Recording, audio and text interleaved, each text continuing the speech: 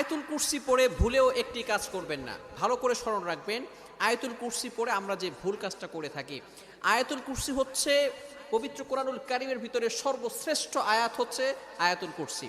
সূরার ভিতরে সর্বশ্রেষ্ঠ সূরা হচ্ছে সূরা ফাতিহা, সূরা ইয়াসিন, সূরা বাকারা।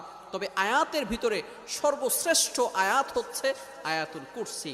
3 নম্বর পারার 1 নম্বর পৃষ্ঠা সূরা বাকারার 255 নম্বর আয়াত।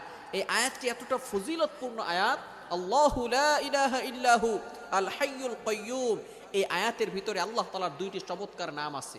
এই নামকে বলা হয় ইসমে আজম, আল হাইয়ুল কাইয়্যুম।